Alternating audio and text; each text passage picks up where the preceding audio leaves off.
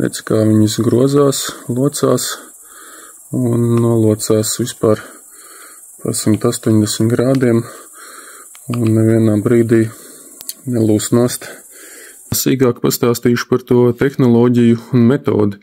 Tātad izmantot atspere, ko var iegādāties, un šeit ir izprintēts detaļas, redz, kur ir tāds caurums, kurš mocās virsū uz šī te lampai uz kātiņa.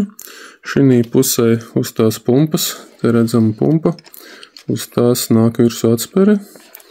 Jā, tā tas viss notiekās, un tam visam pa virsu ir šāda te detaļiņa, kurai savukārt ir pumpa vieta vadiņam, kur kanāls vadiņam ir vidū, jā, un pumpas vieta, un šī te tā tad virsū, kad uz pumpas uzliek atspērt, šitā nāk virsū. Šīs detaļas ir printētas tā, ka te var redzēt šķiedriņa iet garenu virzienā, ja? Lai viņas nebūtu pāraujamas. Un savukārt tam visam virsū, ja, tā, kad ir samontēts, šādi izskatās, ja, samontēts vidū mazliet līmīte, tad to visu apžņauc ar šādu te gredzenu.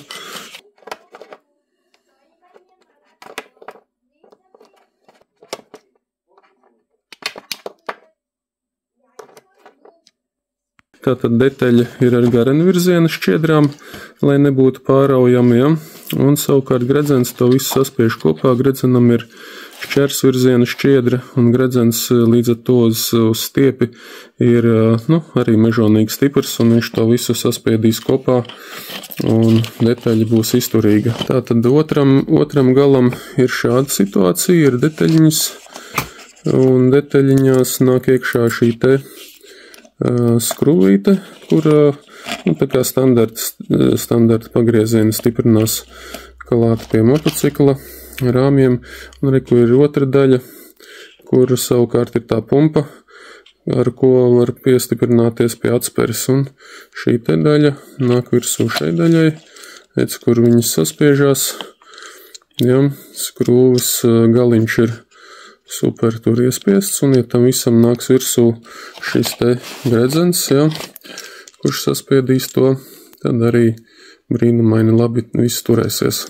Šādi izskatās, kad gredzens jau ir uzlikts virsū, locās, nav spēka tik daudz palocīt ar vienu pirkstu.